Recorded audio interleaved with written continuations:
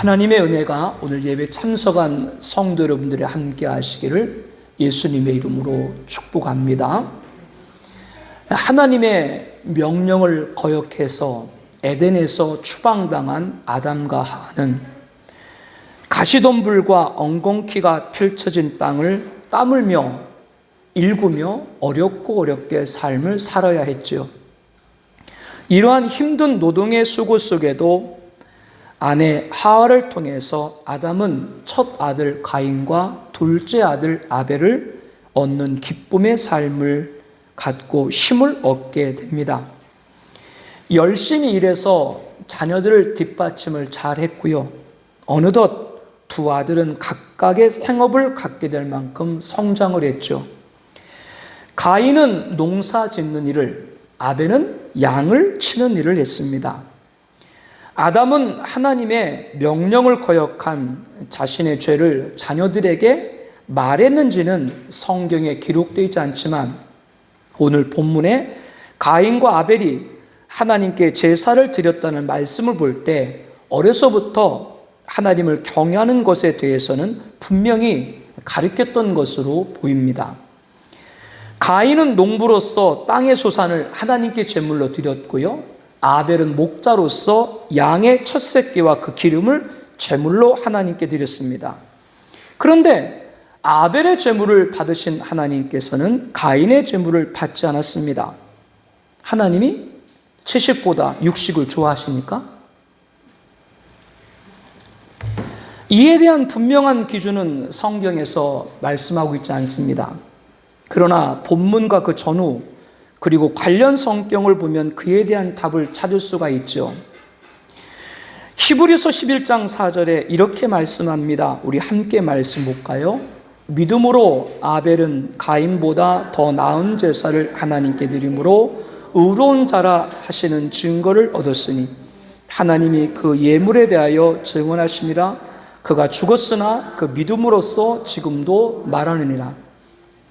이 말씀을 보면 아벨은 믿음으로 제물을 드렸지만 가인은 그렇지 않은 것을 알 수 있습니다. 믿음과 대비되는 용어는 불신앙이라고 할 수 있죠.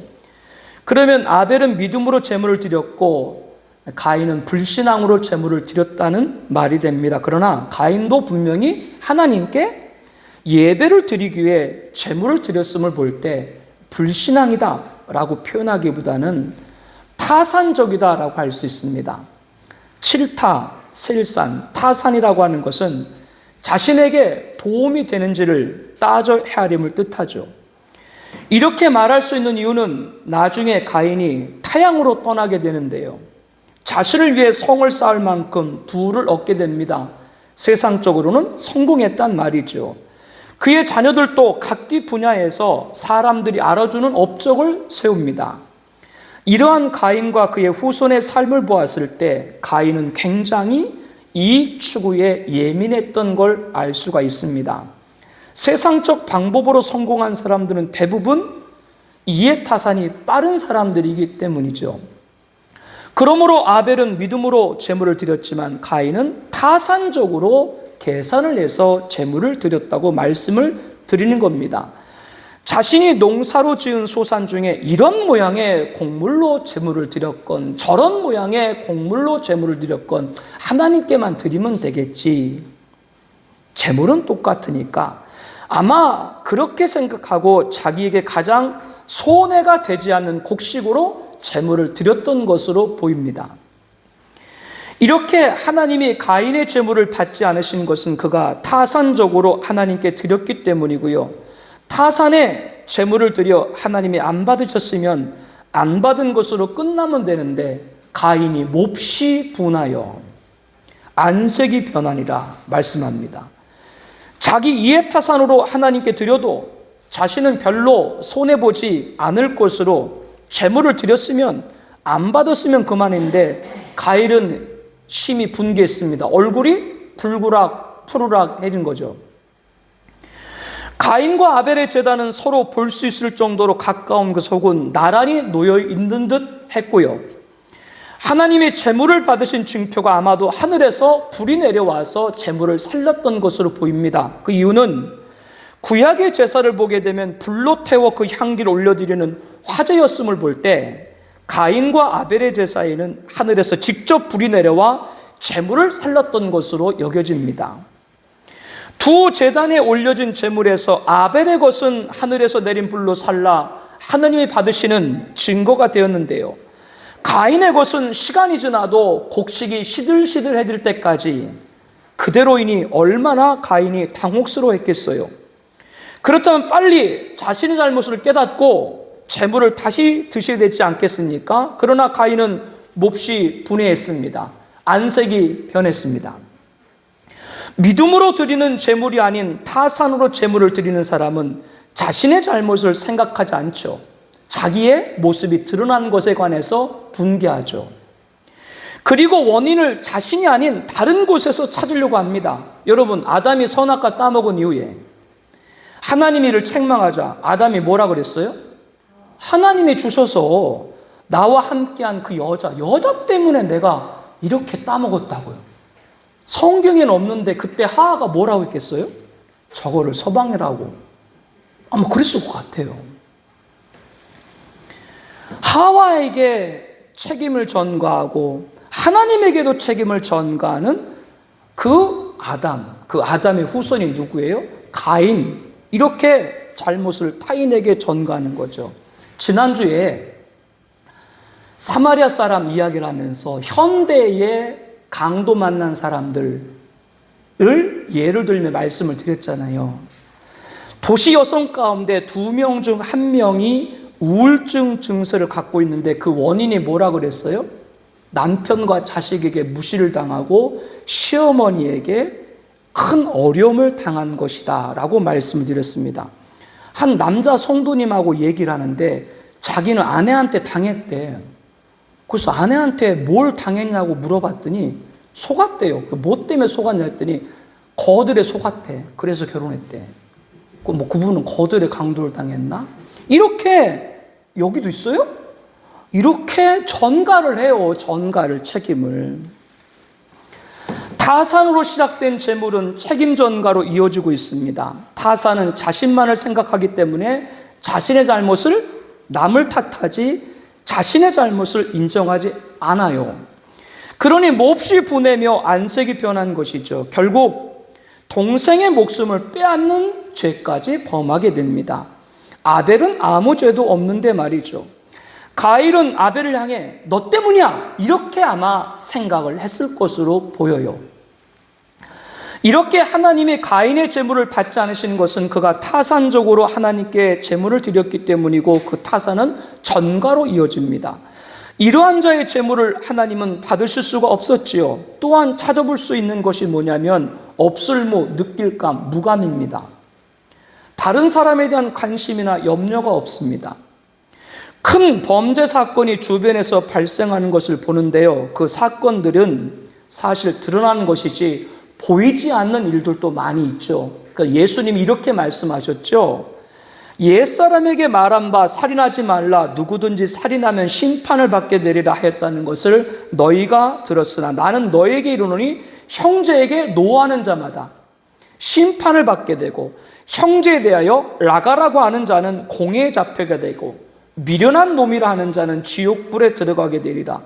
예수님께서는 형제에게 노를 바라고 라가, 우리말로 이것을 번역을 해서 말하면 이 돌대가리야 그런 말이에요. 이 미련한 놈아. 이렇게 인격을 비하하는 말도 살인이라고 말씀을 하고 계신 것이죠. 그 형제를 미워하는 자마다 살인한 자다. 그래서 분노는 뭐를 낳아요? 살인을 낳는다라고 얘기를 하죠. 우리 주변에서 큰 범죄 사건을 봅니다. 그러나 외적으로 드러나지 않는 큰 범죄 사건을 우리도 범하고 있는지도 모르죠. 왜? 누구나 화를 내고 미움을 가질 수 있기 때문입니다. 그런데요, 범죄 학자들의 말을 들어보면 극도의 분노가 치밀어 올랐을 때 그 순간 큰 범죄하기 직전에 엄마 얼굴이 떠오르고 배우자 얼굴이 떠오르고 자식 얼굴이 떠오르면 손에 들었던 흉기를 내려놓는데요. 그런데 가인은 그렇지 않았죠. 아무 얼굴도 안 떠올라요. 타산은 전가고 그리고 무감으로 이어진다는 것입니다. 아무도 생각나지 않는 것이죠. 자신의 잘못으로 자기 부모와 가까운 사람이 얼마나 큰 고통을 받게 될지 가인은 생각지 않았습니다. 가인이 돌로 아벨을 친 후에 하나님이 내 아우 아벨이 어딨냐 물을 때 가인이 뭐라 그랬어요? 내가 알지 못하나이다. 내가 아우를 지키는 자니까 항변하죠. 이러한 가인의 말을 볼 때 다른 사람이 안중에 있는 것으로 보여요? 없어요? 다른 사람은 아예 안중에도 없어요. 자신의 분노를 참지 못하고 동생에게 하지 말아야 될 것을 했다고 하더라도 하나님 말씀을 들으면 죄책을 갖고 하나님 제가 큰 죄를 범했습니다. 엄마 제가 너무 잘못했어요 라고 말을 할 수 있지 않겠습니까? 그러나 가인은 전혀 그런 말이 없었죠. 나중에 그가 죄로 도피하게 될 때 하나님께 무엇이라고 가인이 말해요? 가인이 여호와께 아뢰되 내 죄벌이 지기가 너무나 무거우니 주께서 오늘 이 지면에서 나를 쫓아내시온즉 내가 주의 낯을 배웁지 못하리니 내가 땅에서 피하며 유리하는 자가 될지라 무릇 나를 만나는 자마다 나를 죽이겠나이다. 여러분 이 말씀을 보게 되면 가인은 끝까지 누구만 생각해요? 자기만을 생각을 하는 거예요. 이러다가 자기가 큰 위험에 처하게 되면 어떻게 될 거예요? 하나님 저를 좀 구해주세요. 이렇게 하나님 앞에 아뢰는 거죠. 다른 사람 심지어 부모를 걱정하는 단 한마디의 언급도 없습니다. 무감입니다. 이런 자의 재물을 하나님은 받지 않으신 것이죠. 지금 성도 여러분에게 하나님이 가인의 재물을 받지 않으신 것에 대해서 말씀을 드리고 있습니다. 가인은 재물을 타산적으로 하나님께 드렸고 자신의 잘못이 드러난 상황에서도 자신의 잘못을 받아들이지 않고 몹시 분개하고 얼굴색이 변한 데에서 그리고 동생의 생명을 해하는 것에서 전가를 두 번째로 말씀을 드렸고요. 이 자기 외에는 아무것도 생각하지 않는 무감에 대해서 말씀을 드린 겁니다. 이 타산과 전가와 무감이 가인의 재물을 받지 않은 것이다. 말씀을 드릴 수 있는 분명한 성경적 근거가 오늘 본문에 있습니다. 가인과 아벨이 이 형제가 드린 재물을 언급할 때 성경은 가인과 아벨의 재물 그렇게 말하지 않고요. 아벨과 그의 재물 그리고 가인과 그의 재물 이렇게 성경은 말씀합니다. 아벨의 재물 이렇게 기록됐다면 주어가 뭐요? 재물이 되겠죠. 그러나 아벨과 그의 재물이라고 한 말은 아벨도 재물도 둘 다 주어가 되는 거죠. 즉 하나님께서는 받으시는 제사가 예물만 아니라 그 예물을 드리는 사람을 받으신다라고 하는 거죠. 그래서 우리가 예배를 위해 기도할 때 우리가 하나님 받으시는 산제물이 되게 달라고 기도를 하는 겁니다. 그렇다고 한다면 가인과 그의 제물이란 단순히 가인이 드린 제물만 하나님께서 안 받으신 것만 아니라 그 제물을 드린 가인을 산제사로 받지를 않으신 거죠. 가인은 자기가 대강 제물을 드려도 되겠지 생각했는지 모르지만 그런 생각하고 있는 자가 자기 자신이 제물이라고 하는 것은 생각하지 못한 거예요.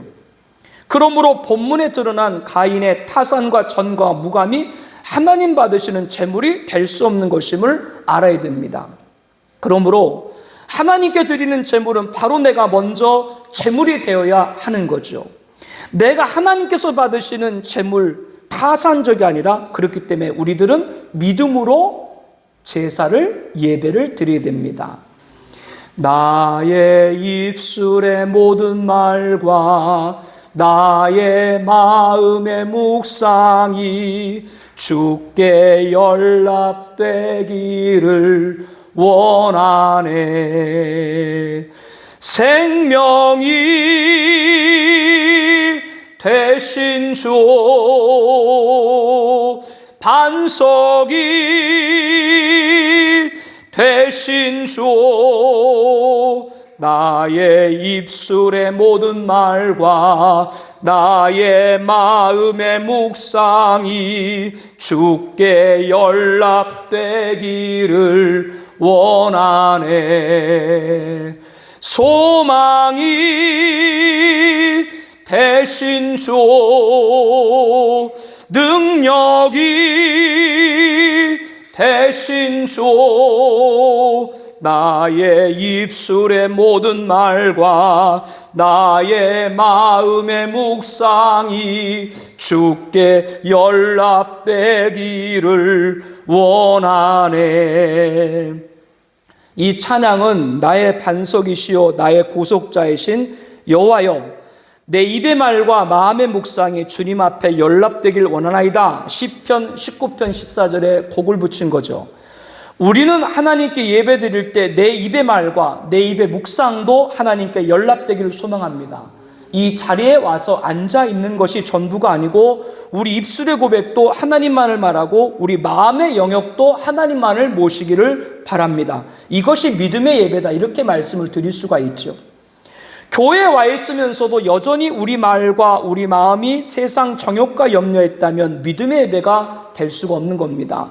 그러므로 형제들아, 내가 하나님의 모든 자비하심으로 너희를 권하노니 너희 몸을 하나님이 기뻐하시는 거룩한 산제물로 드리라. 이는 너희가 드릴 영적 예배다. 우리 몸 또한 뭐라고 말씀합니까? 하나님이 기뻐하는 거룩한 산 제사의 제물로 드리라고 말씀을 합니다. 이렇게 믿음의 예배는 우리 입술과 마음과 몸 모든 것이 하나님께만 초점이 맞춰지는 예배가 되어야 되는 것이죠. 이것이 타산이 아니라 믿음의 예배인 거죠. 제가 예배 전에 선포하는 하나님은 영이시니 예배하는 자가 영과 진리로 예배할지니라, 이 말씀 또한 믿음의 예배가 어떠한 것인가를 말씀하고 있는 것이죠. 영과 진리, 우리 입술도 마음도 몸도 영도 함께 우리가 드리는 예배, 하나님이 받으신 예배를 믿고 진리임을 분명히 믿는 믿음의 예배가 되기를 축복합니다. 두 번째로 전가가 아닌 책임을 소중히 하는 성도가 되어야 됩니다. 우리는 교회에서 예배 드릴 때 교회는 내가 예배 드리고 떠나는 것이 아니에요. 나는 그 교회의 한 예배자라는 소속감을 가져야 됩니다. 아버지께 참되게 예배하는 자들은 영과 진리로 예배할 때가 오나니 곧 이때를 아버지께서는 자기에게 이렇게 예배하는 자들을 찾으시느라. 이 말씀에서 예배하는 자들이란 단수예요, 복수예요? 복수입니다. 즉 우리가 드리는 예배는 한 예배자로서만 아니라 공동체에서 예배를 드리고 있다는 것을 알아야 됩니다. 그러므로 우리는 내가 예배 드리고 있는 교회, 그 교회에 소속되고 있다는 것이 얼마나 소중한 것인가를 알아야 됩니다. 우리가 소속되어 있다는 것의 구성원으로 책임이라는 소중한 의식 또한 가져야 한다고 하는 것이죠. 우리는 한 예배자로서 저마다 제단이 있습니다. 그러나 하나님 말씀하신 예배자들로서 청하비전교회 제단이라는 공동체 제단에 우리 제물이 올려진다는 것 또한 잊지를 말아야 됩니다. 그러므로 청하비전교회 공동체 제단에 올려드린 모든 성도 제물이 하나님께서 받으시는 제물이 되어야 된다는 것이죠. 나 혼자만 예배로 끝나는 것이 아니라 함께한 모든 분들의 예배가 하나님께 올려드려야 된다, 그 말이에요. 그런데 청하비전교회 제단의 제물 가운데 나의 제물이 연락되지 않아서 다른 성도님들 제물도 연락되지 않는다면 안타까운 일입니다. 우리는 유념을 해야 되는 것이죠. 그리고 혹 내가 드린 제물은 바른 것인데 다른 성도 제물이 바르지 않아서 청하비전교회 공동체 전체 제물이 받아들여지지 않는다면 그 사람을 나무래야 되나요? 아닙니다. 그렇기 때문에 여기서 중요한 게 책임입니다. 산제사를 드리는 내 제물이 드려야 책임을 갖고 있는 것만 아니라 다른 성도님들의 제물도 연락할 책임이 누구에 있는 거예요? 나에게 있는 거예요. 왜? 우리는 공동체이기 때문에 그래요. 그렇게 서로 이끌어주고 격려해주고 기다려주고 함께하는 공동체가 교회인 것이죠.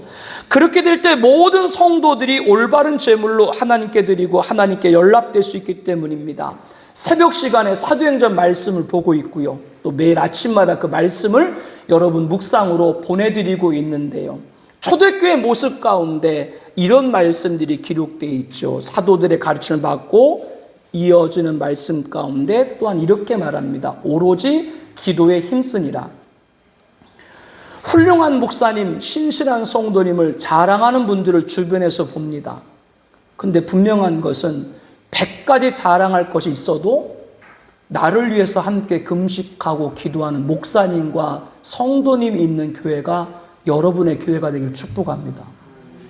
100가지 자랑할 것이 있어도 나를 위해 금식하고 기도하는 목사님과 성도님이 없다? 불행한 거예요. 성경이 말하는 교회가 무엇인 찾아가야 됩니다. 우리는 가정에서 어떤 일로 가족들하고 다툼이 생길 때 너 때문에 우리 집안은 되는 일이 없어, 이렇게 하지 말아야 될 말을 쏟아내는 경우가 있죠. 그로 인해서 그 말을 들은 가족은 심히 큰 상처를 받게 됩니다.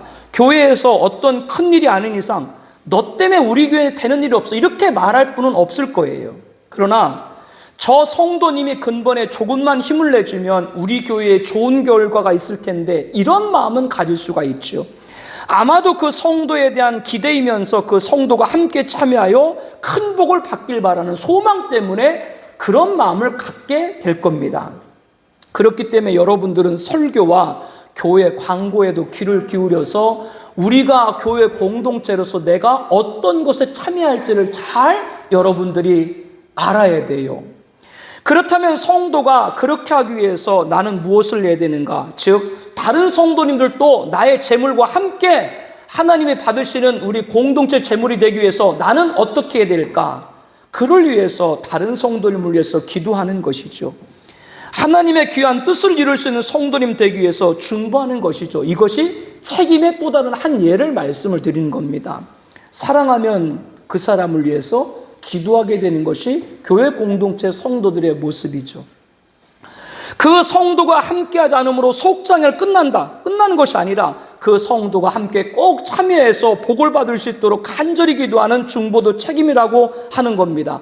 하나님의 일은 하나님의 감동을 받은 하나님의 사람 성도가 하게 될 줄로 믿습니다. 그를 위해서 우리가 할 수 있는 가장 좋은 것 중에 하나가 뭐라고요? 중보인 것이죠. 그래서 우리 모두가 참여해서 올려드린 재물이 교회 재단에 올려져 하나님께 연락되는 큰 기쁨 얻을 수 있기를 바랍니다. 나뿐 아니라 다른 성도님도 함께. 이게 바로 책임. 대표적인 예가 미스바 대성입니다. 블레셋에 패하고 좌절한 온 이스라엘 백성들에게 사무엘은 미스바로 모이라고 했죠. 내가 너희를 위해서 여호와께 기도하리라고 했습니다. 이에 온 이스라엘이 미스바로 직결을 했죠. 그리고 제단에 젖먹는 어린 양 하나를 가져다가 온전한 번제를 하나님께 드렸습니다. 이를 기뻐 받으신 하나님이 큰 우레를 발해서 그들 블레셋을 어지럽게 하시니 그들이 이스라엘 앞에 패한지라 말씀을 합니다. 이스라엘이 미스바에 모여서 블레셋에 패하게 된 것은 자신들의 잘못임을 자복하고 회개했죠. 숫자적으로 어린 양 하나지만 중심으로 온 이스라엘의 재물이 됐던 것이죠. 책임을 모두가 함께 했을 때 하나님이 그 민족의 블레셋 대적을 물리쳐 준 줄로 믿습니다. 이렇게 함께하는 자들의 교회 공동체, 예배하는 자가 되어야 된다는 것이죠. 그것이 바로 책임입니다. 세 번째는 무감이 아니라 관심을 소중히 여기는 성도가 되어야 됩니다. 이 관심은 귀한 것임에도 지금 시대에는 관심에도 너그럽지 못합니다. 개개인적인 삶을 존중하고 점차 더욱 개인화되면서 상대방의 관심조차도 프라이버시로 여기는 일들이 자기의 개인의 삶을 침해한 것으로 여기는 경우가 있습니다. 교회에서도 참 조심스러워요. 이 관심이 도대체 어디까지 관심을 가져줘야 되는가, 어디까지 무감, 모르는 척 해야 되는가, 이 대해서 혼란스러울 때가 종종 있습니다. 그래서 교회에서도 그냥 와서 예배드리고 조용히 집에 돌아가길 바라지, 함께 말씀을 나누고 기도하고 하는 그런 공동체의 모습이 약화되어 가고 있죠. 그러나 여러분, 가인의 무감을 보면서 그러한 큰 죄를 범할 때도 부모도 하나님도 안중이 없었고, 범죄 후에 하나님과 부모님에 대한 일말의 자책과 회개가 없지 않았습니까? 그렇다고 한다면 상대방의 잘못을 그대로 방치하는 무감이 절대 좋은 것이 아닌 것은 인정을 해야 돼요. 특히 교회에서 관심은 영혼에 대한 관심을 중요하게 가져야 됩니다. 그 사람이 나에게 직접적인 관심을 갖는 걸 부담스러워하더라도 그 영혼에 대한 관심까지 잊혀서는 안 되는 것이죠. 한 영혼이 예수님을 구원자로 영접하고 하나님께 올려드린 예배자로 세워져야 되기 때문입니다. 이것이 예배와 관심의 관계입니다. 어떤 관심이라고요? 그 영혼에 대한 관심을 끊임없이 갖고 그 영혼이 하나님 앞에 온전한 예배자로 세워질 때까지 여러분의 관심은 포기하지 말아야 돼요. 그런 예배자가 되어야 된다고 하는 것이죠. 여호와께서 너를 실족하지 아니하시고, 우리 시편 121편 3절 5절 말씀인데 우리 함께 볼까요? 여호와께서 너를 실족하지 아니하게 하시며 너를 지키신 이가 졸지 아니하시로다. 이스라엘을 지키신 이는 졸지도 아니하시고 주무시지도 아니하시로다. 여호와는 너를 지키신 이시라. 여호와께서 내 오른편에서 내 그늘이 되시나니. 하나님은 주무시도 않고 누구한테 관심을 갖고 계세요? 우리들에게 관심을 갖고 계시다라고 말씀합니다. 그러므로 하나님은 우리에게도 영혼에 대한 관심을 잊지 말라고 가르치고 계신 것이죠. 히브리서 13장 17절에 너희를 인도하는 자들에게 순종하고 복종하라. 저희는 너희 영혼을 위하여 경성하기를 자기가 회개할 자인 것 같이 하느니라. 너희를 인도할 자라고 하는 것은 교회의 지도자를 말합니다. 교회의 성도들은 지도자들에게 순종하고 복종하라 핍니다. 왜 성도가 지도자에게 복종하고 순종하는가요? 그 이유는 교회 지도자는 영혼을 위해서 경성하기를 자기가 회개할 자인 것 같이 하느니라. 즉 지도자는 누가 지도자냐? 성도들의 영혼을 지키는 자고 그 일을 장차 하나님께 보고 드릴 사람이라고 하는 거죠. 내 양떼 형편을 부지런히 살피며 내 소떼의 마음을 두라. 이 말씀은 교회 지도자는 뭐가 지도자냐? 성도들 영혼에 관심을 가질 때 교회 지도자라고 하는 거예요. 역으로 말하면 성도들 영혼에 관심을 두지 않는 지도자는 지도자일 수가 없는 거예요. 그렇다고 이 말씀이 어찌 목사만 성도들의 영혼에 관심을 가져야 된다고 말할 수가 있겠어요? 그가 우리를 위하여 목숨을 버리셨으니 우리가 이로써 사랑을 알고 우리도 형제를 위하여 목숨을 버리는 것이 마땅하다. 그가 예수님을 말씀하죠. 우리를 위해서 목숨을 버리셨으니 저와 여러분을 위해서 예수님께 십자가 죽으셨다고 하는 겁니다. 그러므로 우리도 누구를 위해서? 형제를 위해서 목숨을 버리는 것이 마땅하다라고 말씀합니다. 예수님이 십자가에 죽으심으로 우리 영혼을 살리시기 위함이었던 거죠. 예수님의 관심은 한 영혼인 것이죠. 그러므로 우리도 형제를 위해서 목숨을 버리는 것이 마땅하니라. 우리가 영혼의 관심을 가져야 함에 대한 또 다른 표현으로 강조하고 있는 것이죠. 요즘은 SNS가 많이 발달을 했으니까요. 소셜을 통해 가지고 서로 안부나 여러 이야기들 나누지 않습니까? 제 소셜에도 여러 분들이 소식과 연락이 오고 또 신앙적인 질문 오는데 본인들의 질문은 간단해. 뭐 한 구절, 이거는 어떻게 봐야 돼요? 한 구절이야. 근데 그거를 대답하는 나는 카톡으로 장문을 해야 돼요. 그게 쉽지가 않아요. 그러나 그분이 나에게 그 질의를 해왔을 때는 영적인 갈급함으로 질문을 해온 것인데, 그렇다면 목사가 힘들고 어려워도 기도하면서 답변을 적어서 보내줘야 되죠. 저도 그렇고 여러분도 그렇고 영혼에 대한 관심이 한 예를 지금 말씀을 드리는 겁니다. 그러므로 우리 청아비전교회 공동체는 목사도 성도리 모두 영혼에 대한 관심 갖기를 바랍니다. 한 영혼이 구원받고 하나님께 산제물로 드리는 예배자가 될 때까지 그 관심을 끊이지를 말아야 돼요. 사랑하는 성도 여러분, 오늘 본문 창세기 4장 7절에 하나님이 가인에게 이렇게 말해요. 내가 선을 행하면 어찌 낫을 들지 못하겠느냐? 선을 행하지 아니하면 죄가 문 앞에 엎드려져 있느니라. 죄가 너를 원한다. 죄가 너를 원한다. 너는 죄를 다스릴지니라. 내가 올바른 일을 했다면 어째서 얼굴을 펴지 못하고 네 얼굴이 지금 붉으락파거락 하겠냐? 내가 올바르지 못한 일을 했으니까 죄가 지금 너의 문에 도사리고 있다. 너를 지배려 하려고 있다. 그러니까 너는 죄를 이겨야 된다. 다스려야 된다. 그 뜻인 거죠. 하나님께서는 가인에게 내가 올바른 일을 하지 않았기 때문에 내가 분하고 안색이 변하고 있다라고 하시는 것이죠. 죄가 너의 문에 도사리고 있다. 너를 지배하고 있다. 너는 그 죄를 다스려야 한다라고 하는 겁니다. 하나님은 가인이 아벨을 살해하기 전에 가인의 심리 상태와 죄의 엄습을 경고했죠. 그러나 가인은 듣지 않았습니다. 어떤 일, 어떤 순간에 있을 때 우발적이라는 표현이 있는데 사실은 그 우발적인 표현이 어쩌면 모순일 수 있어요. 하나님은 어떤 사람에게도 어떤 범죄 전에 분명히 깨달을 수 있는 직접적인 마음의 감동이나 주변의 환경이나 다른 사람을 통해서도 말하게 해주시죠. 타산과 전가와 무감하는 사람들은 자신의 잘못이 만천하에 드러나도 하나님의 음성을 직접 들어도 거두지를 않습니다. 그러므로 우리는 어떤 자리에서도 예배드리는 성도가 되어야 됩니다. 즉 항상 하나님과 우리 중심을 맞춰줘야 한다라고 하는 거죠. 어떤 예배자로서 예배를 드려야 된다고요? 타산이 아니라 믿음의 예배를 드리고, 전가가 아니라 책임의 예배를 드리고, 무감이 아니라 한 영혼의 관심을 갖는 예배자가 되어야 됩니다. 이를 통해서 하나님의 큰 뜻을 이루고 복을 받는 성도가 되시기를 소망합니다. 인류 최초의 살인은 가정의 형제간이었어요. 인류 최초 살인의 원인이 제사, 예배 때문이었어요. 예수님은 우리들에게 말씀합니다. 장차 형제가 형제를, 아버지가 자식을 죽는 데 내주며 자식들이 부모를 대적하여 죽게 하리라. 장차란 말은 종말이란 말이죠. 즉 마지막 때가 가까우면 가까울수록 형제가 형제를, 아버지가 자식을 죽는 데 내주며 자식들의 부모를 대적하여 죽게 하리라. 가정에서 애통할 일이 마지막 때 가면 일어나게 될 것인데, 그 원인이 뭐라고요? 종교적인 문제와 갈등과 대립 때문에 가족 가운데도 이러한 큰 슬픔이 찾아올 것을 예수님은 우리들에게 경종하고 있습니다. 여러분, 이 말씀이 지나치게 들리세요? 그렇다면 오늘 본문을 상기해야 됩니다.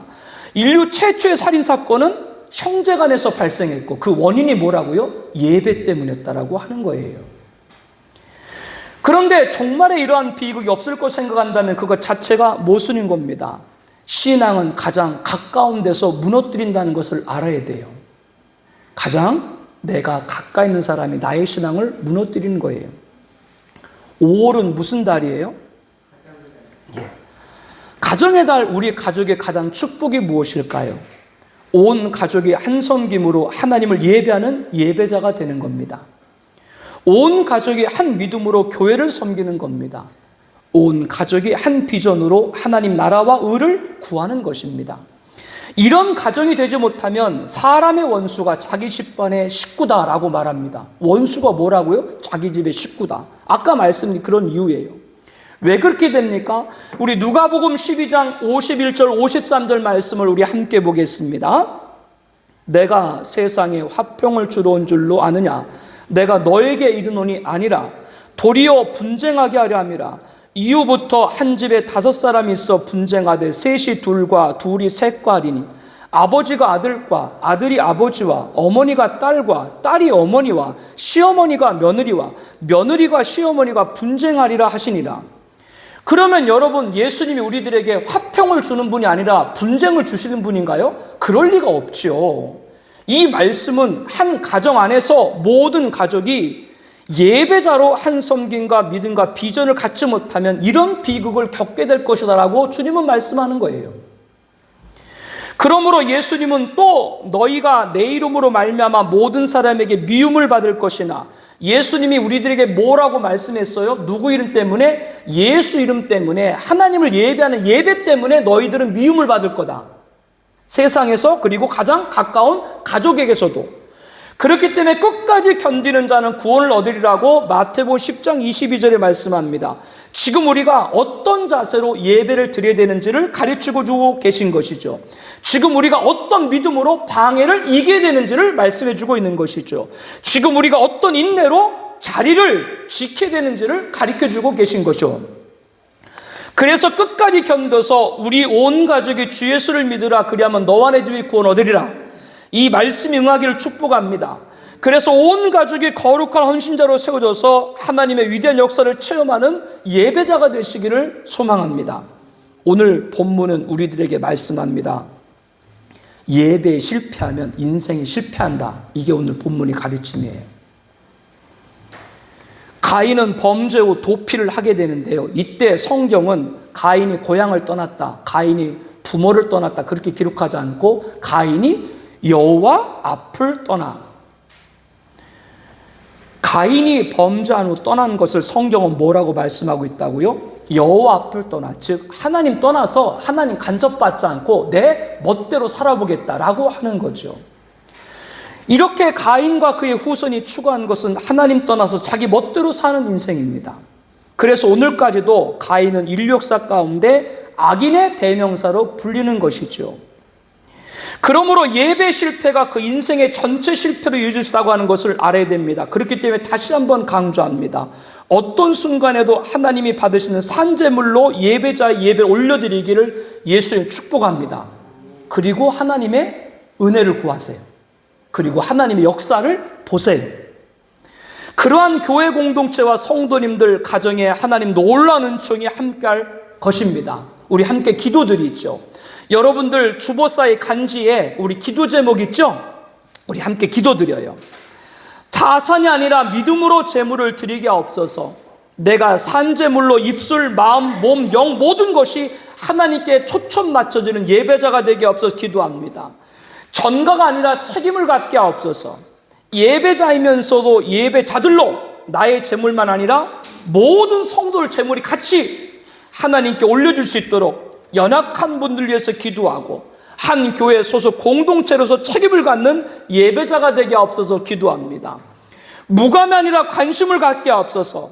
한 영혼의 관심을 갖고 계시는 주님의 요구에 무감한 자가 아니라 관심을 갖고 주님의 관심인 영혼의 관심을 갖는 예배자가 되게 하옵소서 기도합니다. 온 가족이 한 섬김으로 하나님을 예배하는 예배자가 되게 하옵소서. 온 가족이 한 믿음으로 교회를 섬기게 하옵소서. 온 가족이 한 비전으로 하나님 나라와 의를 구하게 하옵소서 기도합니다. 예배 실패가 인생 전체 실패로 이어질 수 있다는 것을 깨닫고 하나님 받으시는 산제물로 드려서 하나님 역사와 복과 능력을 체험할 수 있는 우리 모든 공동체 가족들 중보하는 분들이 되게 하여 주시옵소서. 우리 함께 통성으로 함께 기도하겠습니다.